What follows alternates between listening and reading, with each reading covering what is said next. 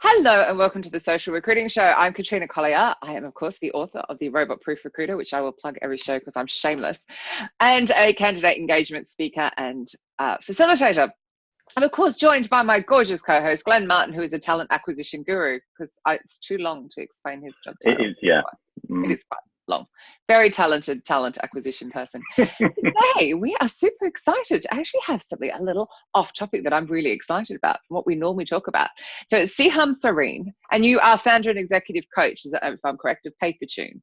So what does that mean? What do you do? Essentially, well, hello, it's lovely. Hello, welcome. Sorry, I basically help people be more productive, be more effective in what they do. So I work with teams, I work with leaders, and I blockages, basically help people get past some misunderstandings and so on. And that, as anyone listening will know, it can be rife on teams and getting projects and tight deadlines and that kind of stuff. So it happens everywhere, and we all get stuck at some point in our relationship and interaction. So I go in and I help people get past them. And welcome to the show. We'll come to it in a moment, but you've just started your own podcast as well around better conversations. So we'll be sure to come to that and plug that at the end. But the main topic for this particular show, better conversations for protecting your talent investment. And just prior to obviously us kicking off the show, you were kind of talking to us about how you kind of segmented that. So over to you, Sehaam. Empower us with your knowledge. Well, jump in and interrupt me, please. Well, it is. What I see is the other side of the work that you do. So I see how people are settling into an organization or a team, how they're making connections, and I also get to sit with people in a confidential space to talk about the stuff that they're struggling with, and those things are usually their relationships, who they're interacting with, how they're actually, if they're leading a team, how are they able to get the team to do what they need them to do or focus on the stuff they need them to focus on. So there's a lot of influencing skills. Never been a team leader. Because I've always known I would get, actually Glenn was a team leader when I knew him back at Spring. I would get so frustrated if people didn't do what I wanted them to do, and I was just like, I didn't feel I had the communication skills. So. Right, exactly. And we all go through that. And everyone that I've worked and partnered with has had the exact same thing. Yeah. Why, what am I missing? What am I not getting through to people? And so it's, when I think about the work that you do, and, when I talk to leaders about, they want to find someone to join their team, I feel there is an opportunity to go a little bit deeper at interview and take a little bit of time in spaces that may not seem so obvious, to actually find out, how well does this person think? Can they think 2 or 3 steps ahead? Can they see the consequences of things? How do they influence people, right? If they need to get a bunch of people on side, or they need to get buy-in for an idea or a budget or a concept, do they have those skills to be able to get people on board, get the ideas, get the commitment from stakeholders and decision makers? And also then the conflict, right? Are they good at their relationships with people? Do they leave things to fester, or do they actually, jump in? Because I can tell you from the work that I've done, and as evidenced by the people I've interviewed so far for the podcast, 90% of us struggle with conflict. We hate it. We shy away from it. If I can avoid having that really awkward conversation, I will. And so it's really important that there are people on the team who can help move past that. Sorry. I do get excited and jump in, but you said that was okay. It's funny because I have had somebody who I thought was a friend and a supporter, who I've dropped things for to help, etc. And you think all this technology, right, makes us closer communicators. This person has not said well done on my book, and this person is an author, so they really get like, you know, the heart and soul that goes into this thing. So I did that because I'm not about avoiding confrontation, and they're all about adults being adults. So I thought, you know what, I'm going to message this person. Now I can see they've read my message and not replied. Now I'm even more upset. I'm just like, you can't win. It's like, I think now communication is almost harder because it's, do you agree with the technology getting in the way? Or? Oh, for sure. You know, I think, so one of the pieces of work that I do is culture. I go in, yeah, our culture's not working, our values, no one really, you know, knows them. No one's really behaving that way. And I have the idea that's formulating or crystallizing in my head is, if your culture's in a bad place to begin with, the technology is only going to amplify it, right? Yeah. So all these platforms, Slack is a classic example in our tech world of one that people use and misuse.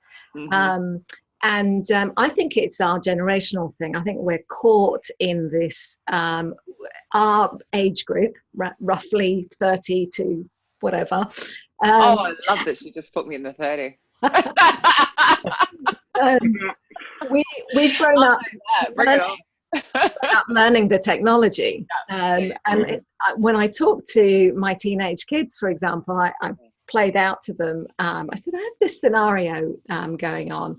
I said, what do you do when you're on a chat group and someone starts sparking off?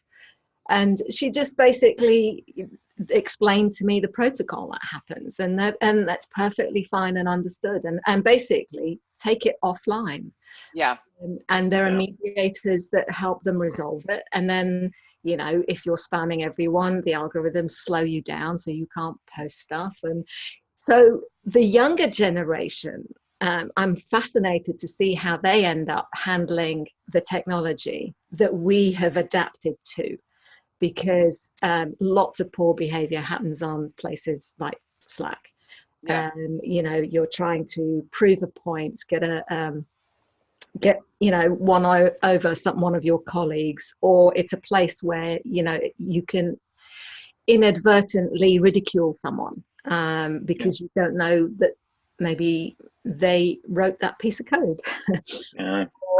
or it was their policy or procedure that they put in place. Sehaam, with regards to things like Slack, now they're built as collaboration tools. Do you think there's a danger that companies just roll out the collaboration tool but actually don't put any kind of guidance or kind of guiding principles in place as to how to interact on those platforms? Therefore, they almost become a kind of free, open chat channel where loads of different things get discussed. And like you said, misinterpretation, because there's no tone, there's no intonation or anything, things can, you know, kind of escalate quite quickly when two people are just completely disconnecting. And that, so for something that's supposed to enhance collaboration and communication, actually could be more detrimental. So would you advise kind of putting those guiding principles in place to begin with?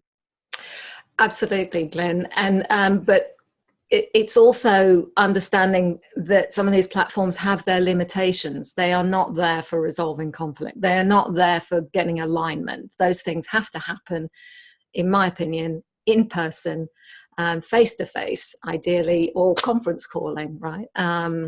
You can't, I think we have an expectation that we have these fantastic collaboration tools, and don't get me wrong, they are brilliant, and they work really, really well when there's great communication between the team, you know, there's a healthy culture, and things are going well. It's when when we hit pressure, when we hit you know, change, and change is rapid at the moment, and people's roles are changing constantly. You may join an organization and be you know, taking on a certain role or responsibility, but within 12 to 18 months that could have morphed into something else, and suddenly you're stepping on other people's turf. You're stepping into territory that somebody considers, this is my baby, I built this,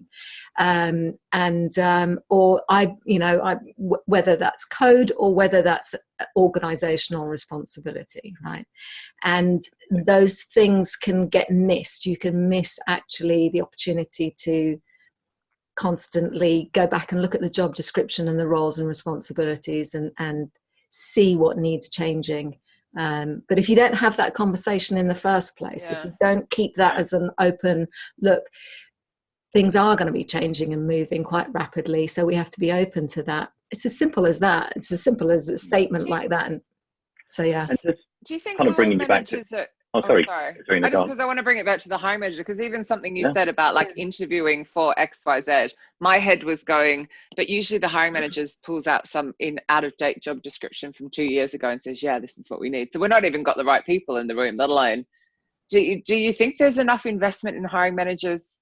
I mean, obviously it helps you by going, no, there's not. It's the same for me, to be fair. But I mean, like, do you think this is like a major stumbling block? Because I think of the transparency of, like you said, if they've got a crap culture, we can see it online. We don't even need to interview now. So it's like, do you think we need to be investing more in that? In the job description or outlining? Or the hiring managers even working out what they want. Oh, completely. But, you know, it's a challenge, isn't it? Because how do they find the headspace to think about what they need? And the simplest thing is to reach for the last job description and push that out. And but the reality is stuff will have changed on the team. You know, maybe someone else is doing some of that, some of the stuff that's on that job description. That happens, right? So I think maybe there's an over-reliance on old structures for a new way of working, and there's a disconnect. So that actually links quite nicely into a point that you made and touched upon at the beginning, which was around interviewing. So interview training is kind of, you know, I mean, there's different levels in different businesses. Some people are at manager level, never had any formal interview training. So to your point around reaching for classic old legacy approaches, they often reach for classic legacy interview questions. Now, thinking from an advisory capacity, what kind of 2 or 3 things would you advise hiring managers now going into interviews? How can they more effectively communicate and kind of engage interviewees? Because I often think, you know, that whole kind of passive interviewee hiring manager with a set of questions, it's not generating the value that both parties could really extract from an interview now. So what kind of advice would you give hiring managers specifically in terms of prepping for interviews now, effective communication? Well, if you think about where are my resources, where can I glean information from that will direct some of the conversation? And so if you're hiring into a team, the team members will have a lot of opinion about you know, the type of person they need, or the skills that they need. Right now, you're probably thinking, well, they may not, you know, can you trust their opinion?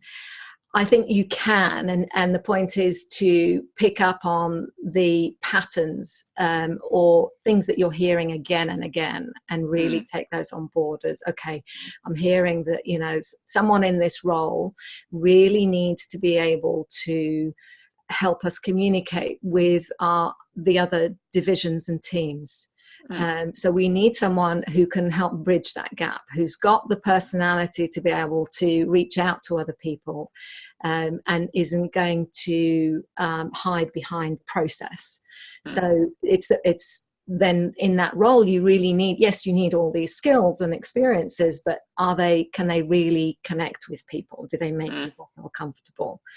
And so I think from hiring managers, just looking at things like that, the types of, you know, there's data sitting in lots of different areas.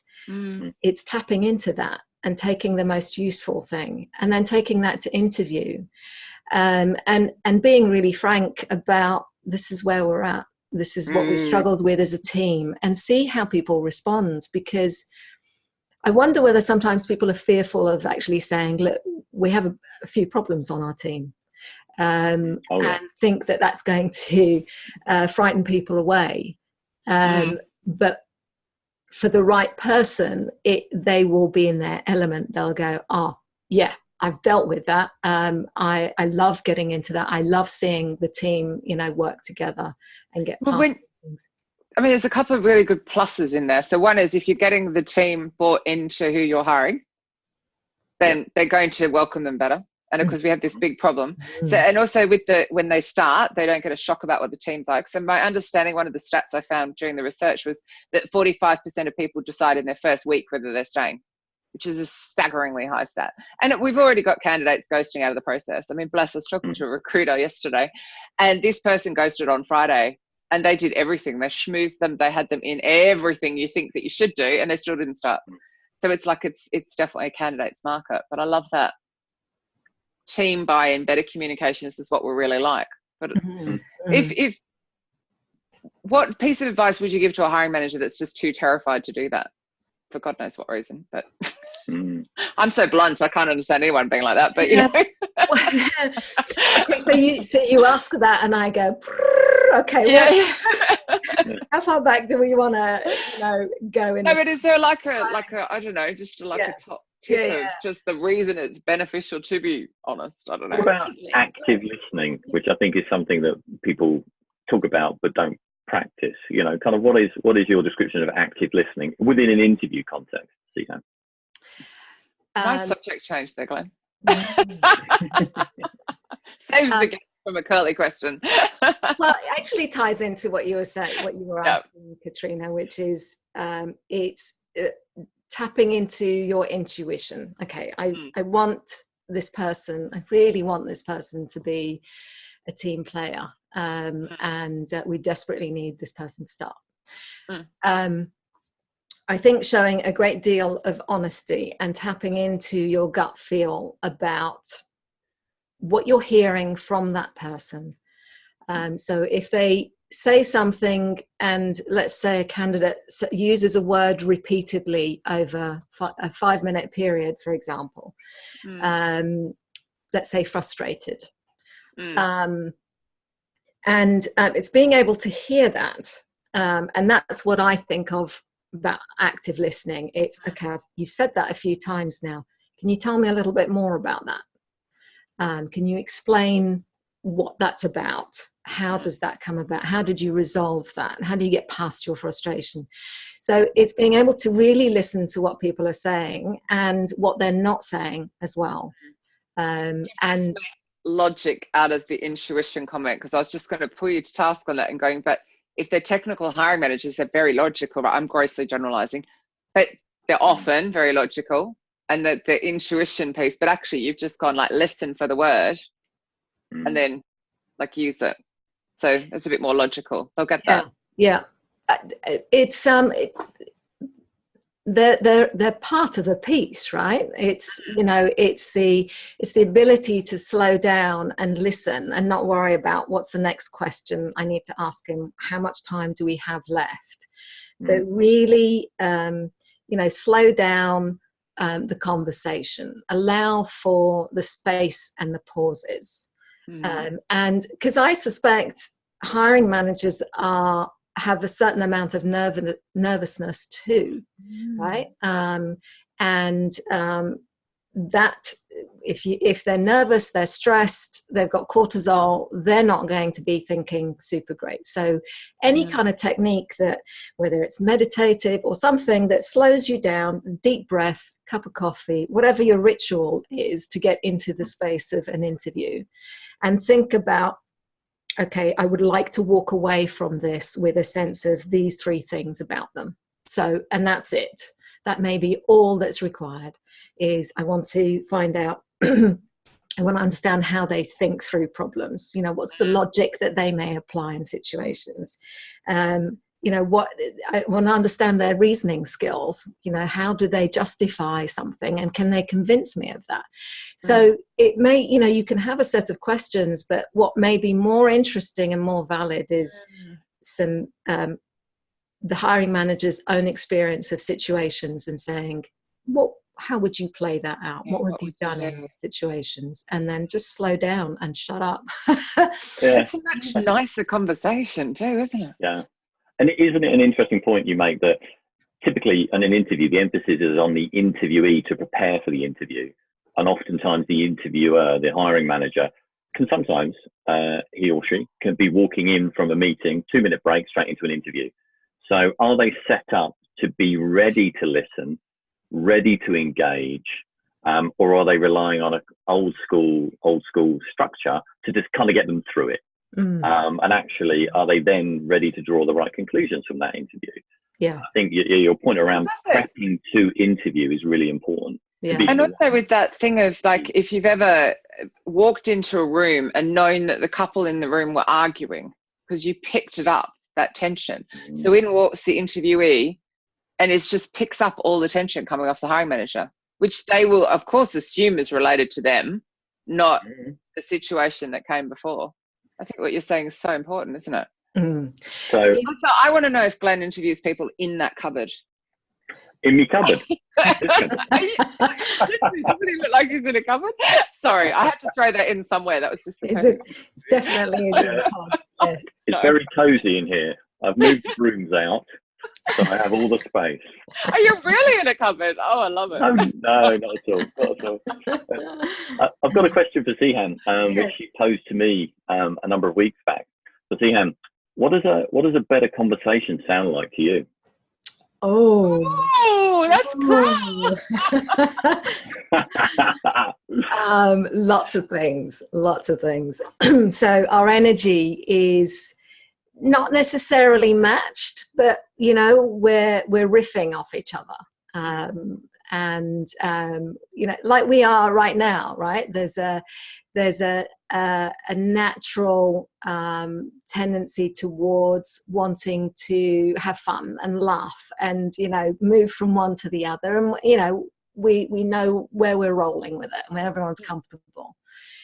Another thing is where my perspective can be shifted, where someone presents a concept or an idea that challenges me. And that's a personal thing. Everyone's different, right? But I really like being in conversations where my perspective or point of view is being challenged to expand and morph and whatever in different ways. So I find those conversations really invigorating. I come alive, and that's what I enjoy about being around people. A good conversation is also being able to go, well, I have a different opinion, but I'm going to hold that back because I want to understand, what brought you to that? Why do you think that? What's influenced you? What's going on in the background for you that does that? So it's a little bit of a detective work. How did you reach that point? Yes. It's quite interesting. Your middle one, a lot of people wouldn't be comfortable with, would they? Because it takes quite a lot to be okay with. And I've certainly had to learn it because I've had to let go a lot of personal stuff to get to the point where I'm like, oh, isn't that interesting that you sort of completely like feel differently about a situation, for example. It's that it takes like dropping your defenses. Yes. And there is this synchrony, the physiologically there's a shift in our bodies and we're not in the same room, and so probably feel it a lot more strongly. But so, we have visuals and we have, what we're hearing, and there is a beautiful synchrony about it. And I think for people who've got high energy, sometimes the hard thing is slowing right down to maybe someone who is much slower in their thinking. That doesn't mean they're not intelligent, but they just process things at maybe a deeper level, and that means they have to go slower. And equally for someone who's introverted, being around a salesperson who's quite an extrovert, for example, is really uncomfortable. And so this whole thing about open plan workspaces, they kind of work, but they don't work for a lot of people. No. I mean, actually, when you were talking about the collaboration tools, a lot of them have got overused because of open plan offices. I was thinking that when you were saying it. Right. And then there's also that thing of like, I love working from home and everyone can't believe it because I'm so loud. Don't make me work in an open plan office. They're hellish. So it's fascinating, isn't it? Quality. And that segues quite neatly into a podcast that you just started, right, Sehaam? Yes. Tell us a little bit more about that. Perfect. Well, I had to put on my t-shirt. We need to put an X-rated. No. I did think about that. But, you know, you got to move past that. I ironed it as well this morning. Wow. I'm not standing up. Yeah. So yeah, my just everything that I do has led me to this phrase, better conversations. It's not about having a perfect conversation. It's about having just a really good conversation that stays with you, that leaves you feeling connected to the person you just had the conversation with. And I was curious as to, is it just me who has a certain obsession with conversations, or how do other people feel about conversations that they have? And it's proving to be really fascinating. And my goal is to interview people from a really wide range of jobs and industries and so on, to get a sense of, you know, what's important to people about connecting and having a good conversation. And it's early days, but there are some lovely threads coming through for what we enjoy about each other's company and what we find difficult about being in each other's company.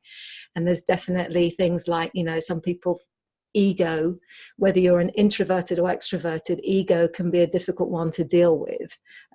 Sometimes if you're seeing it, if that's your interpretation of the other person, is that they have a big ego, when actually maybe they're just very expressionful, and that requires some understanding and taking the time to figure that piece out, and it's okay. So yes, so that's podcast came out of that. We are literally running out of time. I can never believe how fast. So where do we find it? On iTunes and Spotify, Better Conversations with Sehaam Cyrene. And also there's a LinkedIn group if anyone wants to join me on LinkedIn, also called Better Conversations. I just want to spread the love, the word about, you know, how we can all do that better. So, well, I think awesome indeed. Thank you so much. That went way too fast, as ever. Completely appreciate all of that. It was brilliant. Loads. Thank you, of course, Glenn. We shall see you. Thank you, Katrina. As well. We shall be back with another guest next week. So bye, everybody. Bye for now. Bye-bye.